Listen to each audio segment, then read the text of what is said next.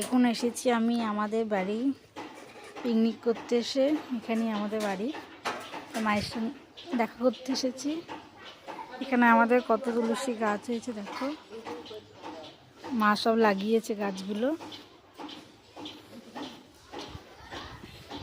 গাছগুলো সব মা লাগিয়েছে।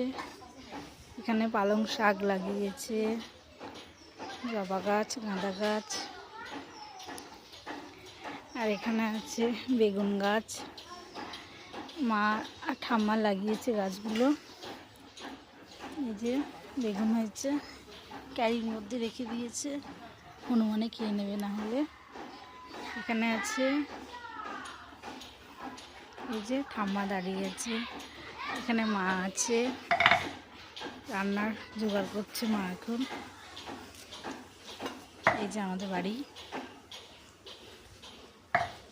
আর এই যে আমি চলে যাবো আবার একটু পরেই।